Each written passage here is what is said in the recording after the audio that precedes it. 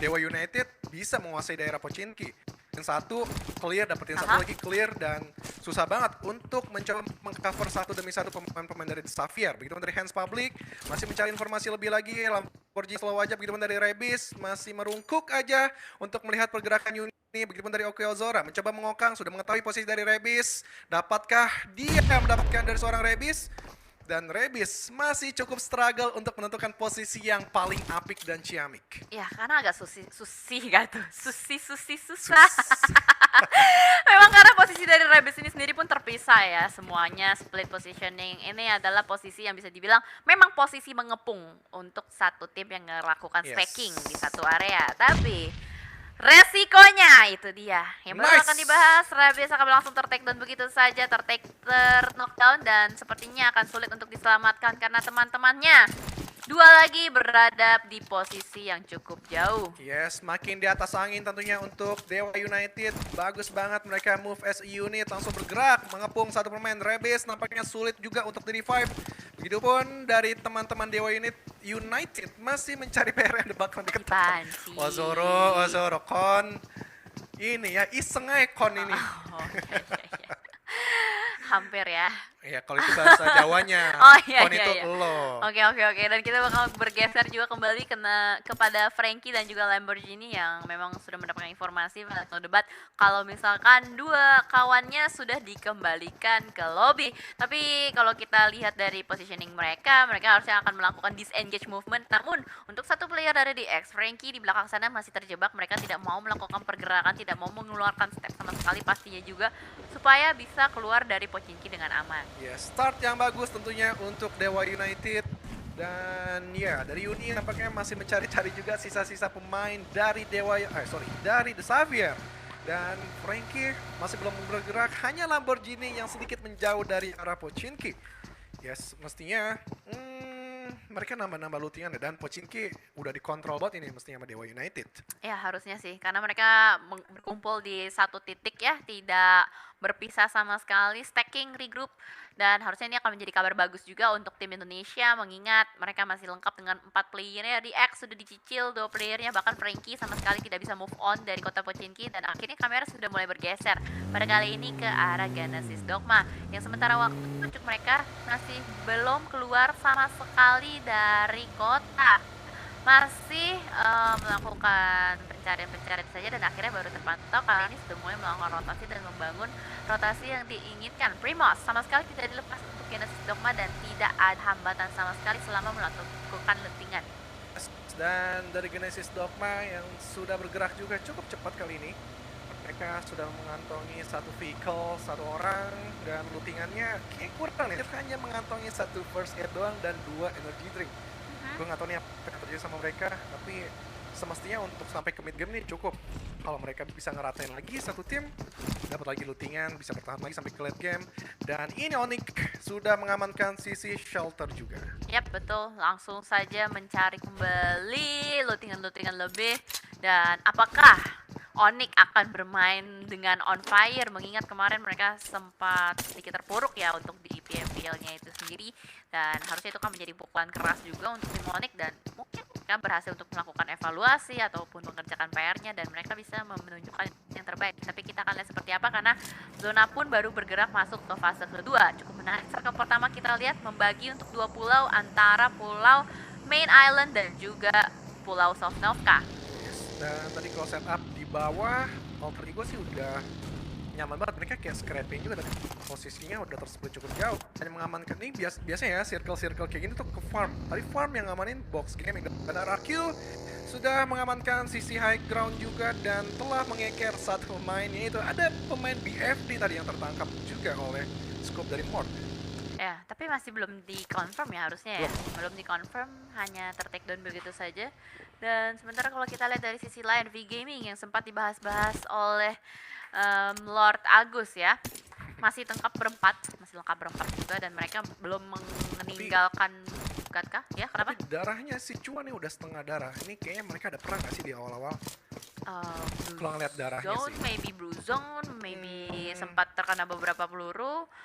Tapi kalau misalkan kita lihat pun mereka punya healing, karena mereka punya healing yang cukup gitu loh. Maksudnya kayak nggak mungkin gitu mereka tidak melakukan healing, atau ya kita lihatlah seperti apa strategi dari V-Gaming. Karena kalau kita melihat semua player, semua tim sudah mulai bergerak cukup menumpuk ke arah titik tengah. Bahkan Alter Ego sama sekali nggak mau stay di Pulau Selatan. Mereka berusaha untuk mengambil choke point di bagian jembatan kanan. Yes. Benar-benar padat merayap di area farm seperti yang sudah dikatakan oleh Agus.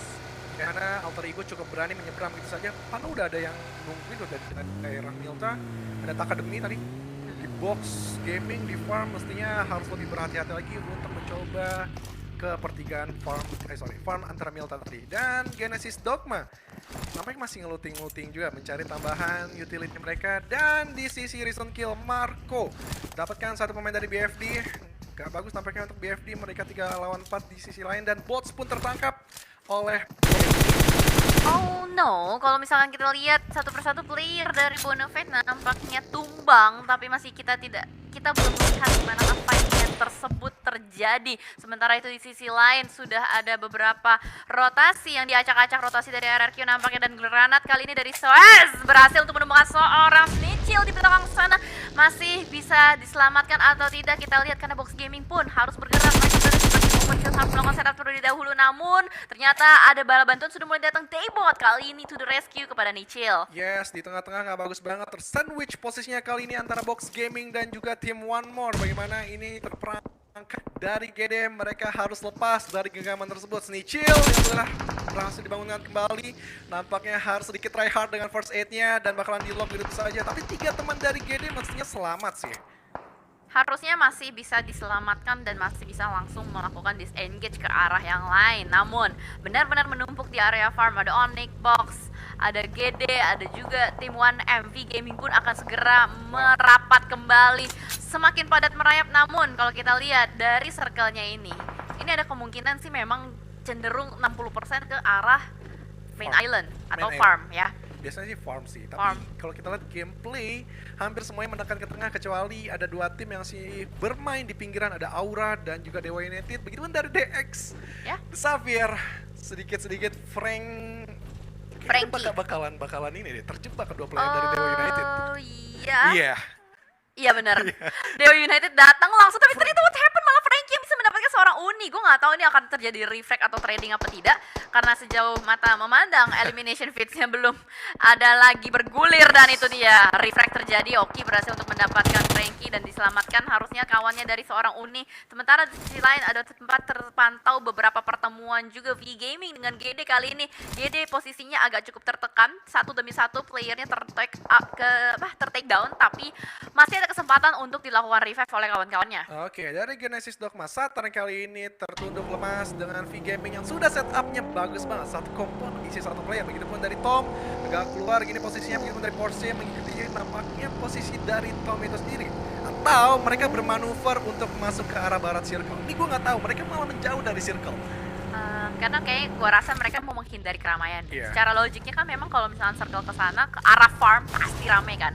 Ada kemungkinan mereka akan berusaha untuk kayak melakukan rotasi out of the box, masuk dari arah utara atau Bisa dari jadi. jam 11 dari bagian Bukit Kentang, karena kemungkinan besar di situ adalah area yang cukup sepi. Kalau kita lihat juga rotasi dari Boom, mereka ngambil posisi atas. Renalre dan kawan-kawan dari Alter Ego pun demikian. Ini udah mulai kelihatan meta masuk dari utara. Namun kali ini kalau kita lihat rotasi dari V-Gaming tertahan begitu saja oleh Dewa United. Satu player berhasil di take down, berhasil diamankan. Tom bahkan dirindas oleh Hans. Oke, Ozora tadi tertunduk lemas, begitupun V-Gaming masih memberikan serangan yang cukup apik dan JMX terdown benar akan dilakukan. Tapi Poche bisa dihantam balik oleh Ozoro dengan proning shootnya. Begitupun dari Yuni setengah darah. Sudah tertekan dia. Oke, Ozora meretake posisi lagi, nampaknya bakal mengconfirm kill juga. Steve Boy mengcover di balik-balik asap dan juga di balik pepohonan. Masih sabar dari Dewa United sudah memiliki 4 elimination point. Begitu Mas Pedon bakalan dilakukan juga dari V-Gaming, masih berhasil untuk cabut dari genggaman Dewa United. Yap, masih bisa kabur begitu saja. Seenggaknya mereka bisa menyelamatkan beberapa playernya untuk melanjutkan perjalanan dari V-Gaming tersebut. Ini menarik ya, Dewa United benar-benar melakukan tindakan yang cukup agresif, beberapa kali memotong rotasi-rotasi. Mungkin ini adalah boostingan mental juga setelah dia dapatkan ketika di Pochinki. Mereka Betul. bertemu dengan satu tim dan mereka berhasil untuk menculik 2 playernya. Namun ternyata di X kali ini nggak tinggal diam. Mereka memotong rotasi dari Dewa United dan juga V-Gaming secara bersamaan. Iya, semoga dari Xavier ini. Dan adanya spray down lagi dilakukan oleh Lamborghini. Dan Lamborghini nampaknya cukup struggle juga. Nggak ada vehicle yang dia punyai. Tapi ingin mencoba try hard mendapatkan satu pemain dari Dewa United. Oh enggak, membiarkan begitu saja. Dia berlari untuk mendapatkan sisi circle. Karena Blue Zone juga saya berjalan, Cijelly. Menarik ya. Iya. Naas, bukan naas. Miris.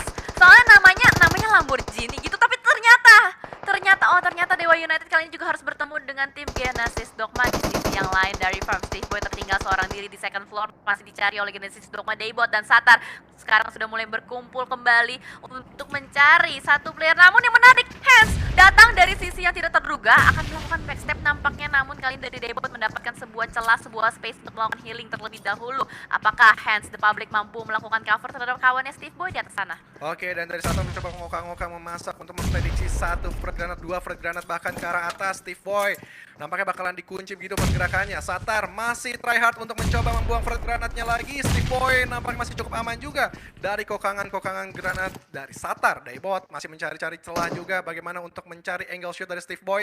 Steve Boy seperempat darah, belum ada healing yang terlihatkan. Ini terjepit posisinya. Begitupun teman-teman dari Dewa United nampaknya juga sulit untuk mengcover dari seorang Daybot. Steve Boy. Steve Boy agak terjepit. Malah kalau kita lihat setup dari GT benar-benar rapi banget. Ada booms yang diutus di bagian tiang sutetnya juga ya, untuk bisa melakukan lock positioning terhadap player-player lain. Tadi sempat terpantau di kill feeds. Oke, Ozoro. Take down. Berarti Dewa United tersplit agak cukup jauh.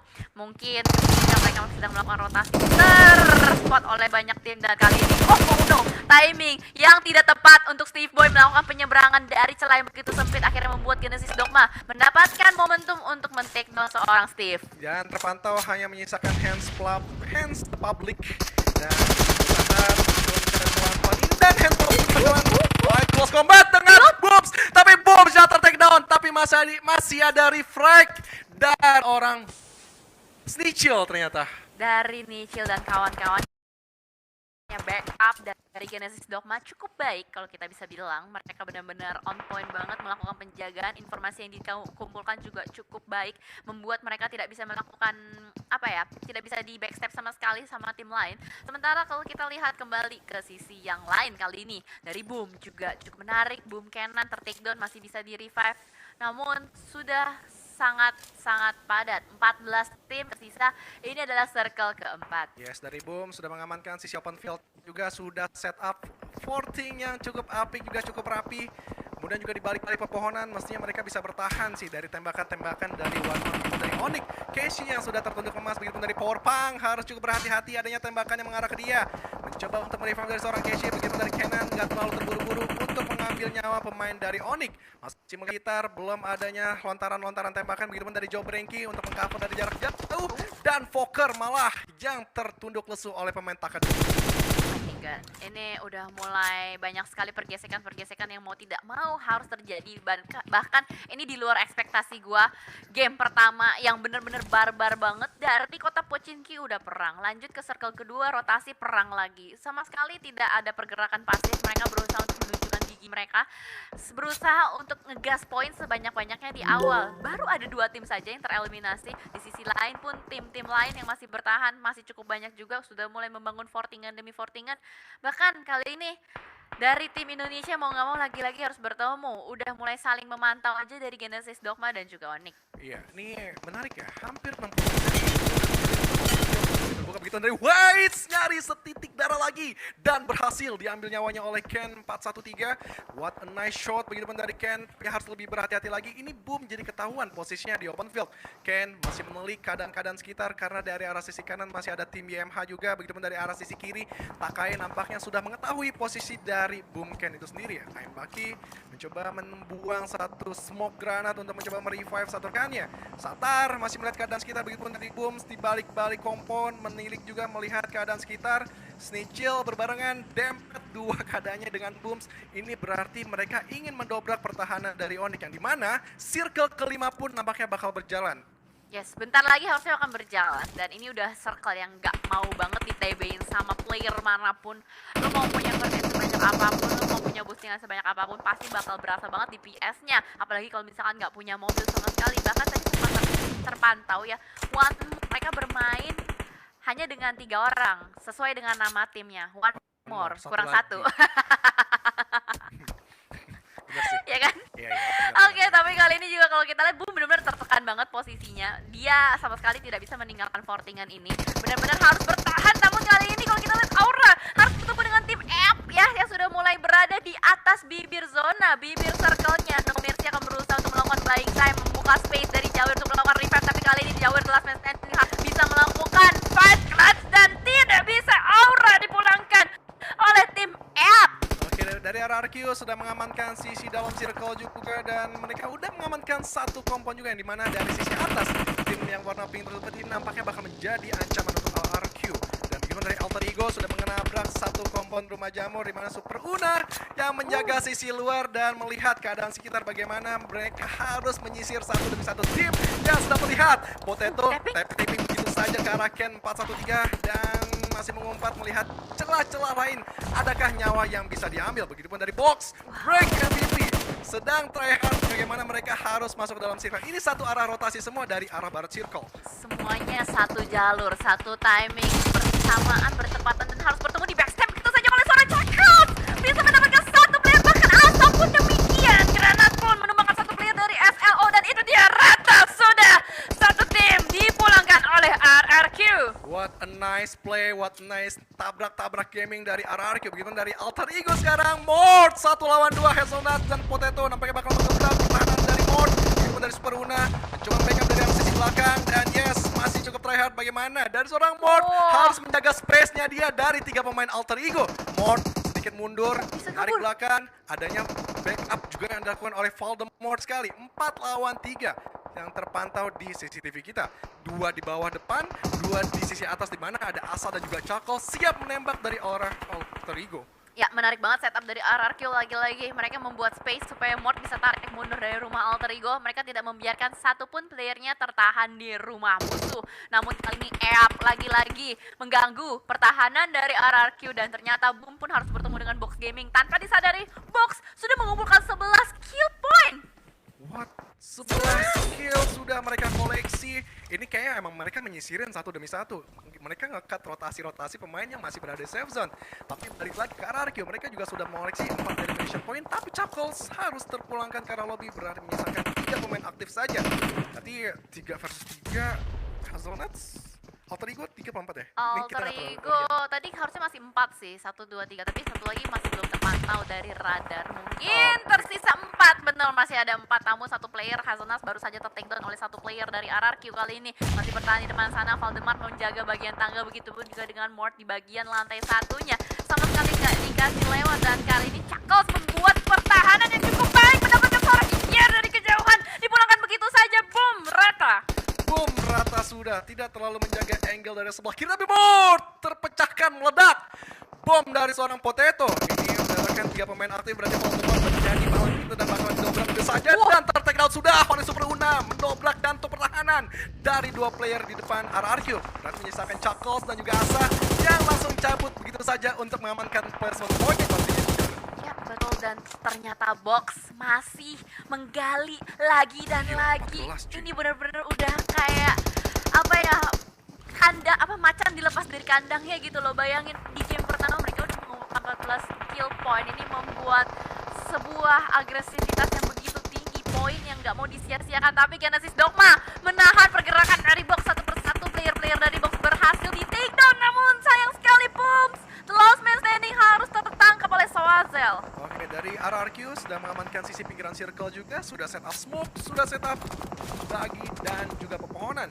Dimana isi Spy menurut gue udah spot yang cukup apik juga, sudah set up portingan juga, dimana bannya juga udah dipecahin, dan dimana kakinya bisa ditembak. Tapi dari MA nampaknya tertekan oleh Box yang lagi-lagi nyayur ke arah tim dari MA, tapi masih ada refrag juga dari Box dan rata kayaknya. Box rata semua. Ada third party Alter Ego dari kejauhan berhasil untuk mengganggu 2 tim tersebut. YMH dan Box Gaming ditahan, sama sekali tidak bisa bergerak masuk. Berarti untuk tim Indonesia masih ada RRQ dan juga Alter Ego top 3 untuk di match kali ini. Dan ternyata Chakos pun mengspot kembali keberadaan dari satu player CUJR di belakang pohon. Masih belum bisa ditembakin karena ada satu obstacle yang cukup kokoh. Tapi Chakos YOLO movement dilakukan, berhasil di take down oleh Mox sayang sekali. Dan